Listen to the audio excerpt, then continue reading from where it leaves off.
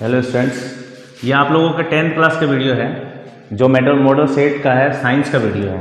ठीक है, इससे पहले वाले वीडियो में मैंने सेक्शन बी का 2 क्वेश्चन का जवाब दिया था, जिसमें कि अच्छी तरह से एक्सप्लेन किया गया था और वीडियो बड़ा होने के कारण मैंने दूसरा वीडियो बनाया। तो इसमें सेक्शन बी में कह रहा है, सेक्शन बी का जो 10 से लेकर के 14 तक के क्वेश्चन का जवाब है। तो पहला क्वेश्चन 10 नंबर का देखिए क्या है। कह रहा है विद्युत टोस्टर और विद्युत स्थितियों के तापन में शुद्ध धातु के न बनाकर किसी मिश्र धातु के क्यों बनाए जाते हैं। तो याद रखना है कि विद्युत टोस्टर और जो तापन अवयव होते हैं वो मिश्र धातु के बने होते हैं। मिश्र धातु क्या हो गया कि 2 या 2 से अधिक पदार्थों का समांगी मिश्रण जो होता है वो मिश्र धातु कहलाता है। तो यहाँ पर देखिए, इसमें मिश्र धातु में क्या है, मिश्र धातु में है निकेल होता है। तापन अवयव जो बनाए जाते हैं उसमें जो मिश्र धातु होते हैं उनके जो अवयवी हैं, अवयवी धातु, वो अवयवी धातु कौन कौन होते हैं। तो निकेल होता है 60% उसमें, क्रोमियम 12% होता है, मैग्नीज 2% होता है और आयरन उसमें 26% होता है। तो अब कह रहा है कि इसका और भी गुण है। तो क्या क्या गुण होता है देखिए। पहला है मिश्र धातुओं की प्रतिरोधकता अवयवी धातुओं से अधिक होती है। अवयवी धातु किसको कहा गया है, जिन धातुओं से मिश्र धातु बनाए जाते हैं वो अवयवी धातु कहलाते हैं। अवयवी धातु कौन कौन, निकेल, क्रोमियम, मैग्नीज और आयरन। तो इनसे जो है इनकी प्रतिरोधकता अधिक होती है। मिश्र धातु जो बनाया जाता है मिला करके उसकी प्रतिरोधकता इन धातुओं से अधिक होती है, पहला कारण। दूसरा, इसका गलनांक उच्च होता है। गलनांक उच्च होने का मतलब कि अगर ये गर्म हो जाए तो ये पिघलता नहीं है जल्दी, दूसरा पॉइंट है। तीसरा, अगर ये उच्च ताप पर हो जाए तो ऑक्सीकृत नहीं होगा। ऑक्सीकृत होने का मतलब क्या होता है कि ऑक्सीजन से यह अभिक्रिया नहीं करता, क्योंकि ऑक्सीजन से अभिक्रिया करने पर यह टूटने का डर होता है, लेकिन यहाँ पर ऑक्सीकृत ये नहीं होता है। अगला क्वेश्चन देखिए, 11 नंबर, 10 हो गया। 3 पर्यावरण हितैषी अभ्यास। अब यहाँ 3 पर्यावरण हितैषी अभ्यास का मतलब है कि आप ऐसे कौन से काम करेंगे जो पर्यावरण को और बेहतर बना सकते हैं। तो पहला पॉइंट देखिए, हम अधिक से अधिक पेड़ लगा सकते हैं। दूसरा, हम भोजन को बर्बाद ना करें, बिजली पानी भी बर्बाद ना करें, ये भी पर्यावरण हितैषी चीज़ है।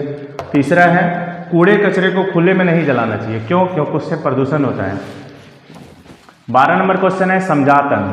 तो ऐसे अंग जो उत्पत्ति के आधार पर समान हो, मतलब उत्पत्ति मतलब बनावट उसकी एक जैसी होनी चाहिए, मतलब अंदर से जो बना हुआ है, जो मेन स्ट्रक्चर होता है, आधारी स्ट्रक्चर जो होता है वो एक समान होना चाहिए, लेकिन उनके कार्य अलग अलग हो, समजातन कहलाते हैं। जैसे पक्षी के पंख और मनुष्य के हाथ। तो पक्षी के पंख का जो बनावट होता है उसका हम लोगों के हाथ के बनावट जैसा होता है, बस उसका काम अलग अलग है।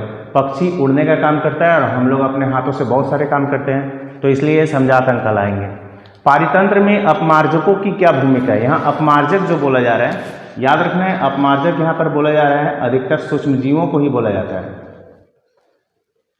ठीक है, तो यहाँ पे कह रहा है अपमार्जक का क्या काम है प्रकृति में। तो प्रकृति में, पारितंत्र में अपमार्जक बहुत महत्वपूर्ण है। क्यों? सबसे पहले याद रखना है ये कि ये प्रकृति की सफाई का काम करते हैं। जैसे अगर कोई जीव मर गया है तो उसको वो अपघटित करके प्रकृति में उसको मिला देते हैं, यानी कंपोस्ट में बदल देते हैं। अगर वो ऐसा नहीं करेंगे तो वही जीव क्या होंगे, वही जीव पर्यावरण को प्रदूषित करेंगे। तो इनका बहुत महत्वपूर्ण स्थान होता है प्रकृति में। तो अपमार्जक की बहुत महत्वपूर्ण भूमिका होती है प्रकृति में। ठीक है, अगला क्वेश्चन देखिए। अगला क्वेश्चन है समजातीय श्रेणी क्या है, उदाहरण भी देना है इसका।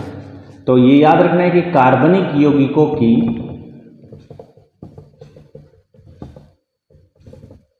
वह श्रेणी बोलिए या श्रृंखला, कार्बनिक यौगिकों की वह श्रृंखला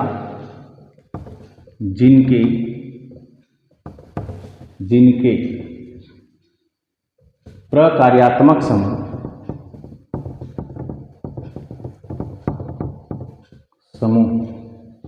समान होते हैं, लेकिन इनके 2 क्रमागत अणुसूत्रों में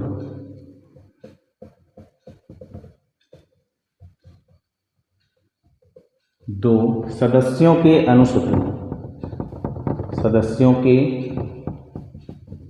अणुसूत्र में CH2 का अंतर होता है।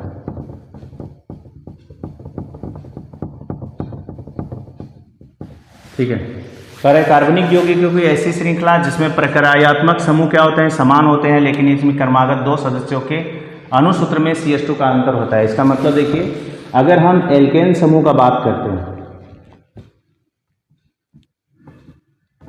एल्केन के 2 सदस्य का बात करते हैं, अगर हम लेते हैं मीथेन और लेते हैं एथेन, तो मीथेन का सूत्र होता है CH4 और ये होता है C2H6।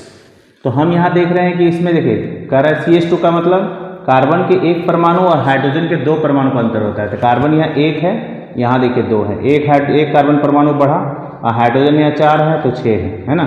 इसी तरह मीथेन एथेन के बाद आता है प्रोपेन, तो C3H8। देखिए यहाँ पर एक कार्बन परमाणु फिर आगे बढ़ गया और हाइड्रोजन का 2 परमाणु आगे बढ़ गया।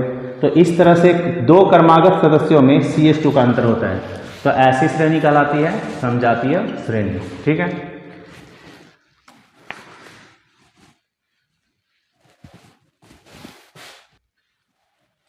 Question number 15। क्वेश्चन नंबर 15 में है श्रेणी क्रम संयोजन को परिभाषित करना है।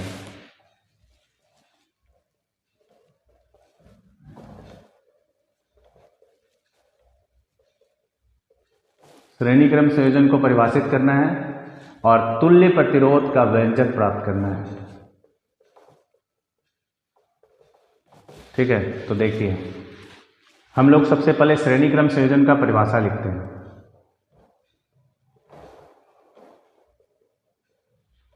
क्या है आंसर होगा इसका कि प्रतिरोधकों का ऐसा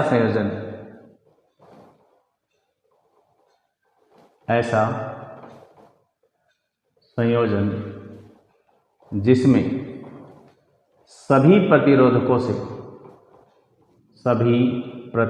से एक समान धारा प्रवाहित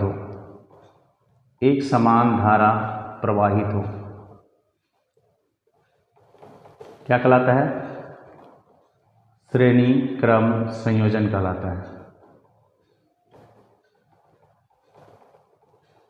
ठीक है, इसका मतलब समझिए कि अगर ये प्रतिरोधक 2 या 2 से ज़्यादा प्रतिरोधक हम लेते हैं, इसको समझने के लिए, तो मिनिमम 3 प्रतिरोधक ले रहे हैं हम। तो तीनों प्रतिरोधक के प्रतिरोध हैं R1, R2 और R3। ठीक है, इनसे जो है धारा जो प्रवाहित हो रही है, इनसे धारा प्रवाहित हो रही है I, सभी से होकर के I ही गुजरती है। बस यही डिफिनीशन, बहुत आसान है।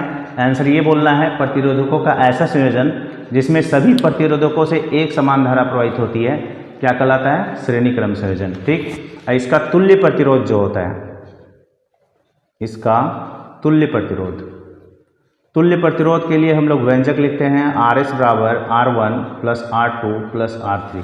ठीक है, तो ये व्यंजक मैंने शॉर्ट में लिखा है, इसको प्रूव भी करना है इस क्वेश्चन में, क्योंकि ये दीर्घ उत्तरीय क्वेश्चन है। ये याद रखना है, आपका सेक्शन C का वीडियो है, ये सेक्शन C का फर्स्ट क्वेश्चन है 15 नंबर, और ये दीर्घ उत्तरीय कहलाता है, यानी ज़्यादा अंक वाला है, इसलिए इसको इतना शॉर्ट बनाना नहीं है, तो इसके आगे भी बनाना है। तो आपका इसके नेक्स्ट वीडियो में आपको मिलेगा, ठीक है, इसका आंसर। ठीक, तो अगर आपको वीडियो अच्छा लगता है तो मेरे चैनल को ज़रूर सब्सक्राइब करें और अपने दोस्तों से मेरे वीडियो को शेयर करें। ठीक है।